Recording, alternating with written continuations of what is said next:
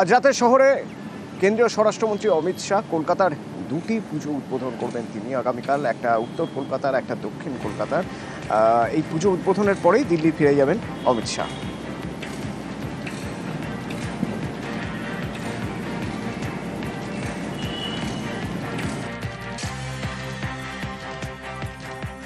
উনি আজকে রাত্রে পৌঁছবেন, কালকে ওনাকে বেরিয়ে যেতে হবে তাড়াতাড়ি। তো সময়ে যতটুকু পারমিট করছে, এখনো পর্যন্ত যা ওনার অফিস থেকে কনফার্মেশন এসেছে, উত্তর কলকাতার একটি পুজো এবং দক্ষিণ কলকাতার একটি পুজো, তারপরে উনি লাঞ্চ করে বেরিয়ে যাবেন। সময়ের অভাবের জন্য করতে পারছেন না।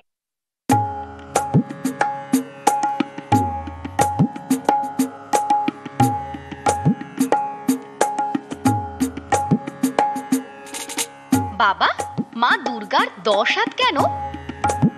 তিনি সব দেবতাদের সম্মিলিত শক্তি, অসুরদের সঙ্গে যুদ্ধ করার জন্য। আচ্ছা বাবা, মা দুর্গার 10 হাতে এতগুলো অস্ত্র কোথা থেকে এলো? এত অস্ত্র তিনি পেলেন কোথায়?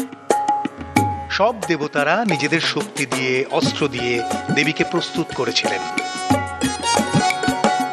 কেন? কারণ মহিষাসুর খুব শক্তিশালী ছিল।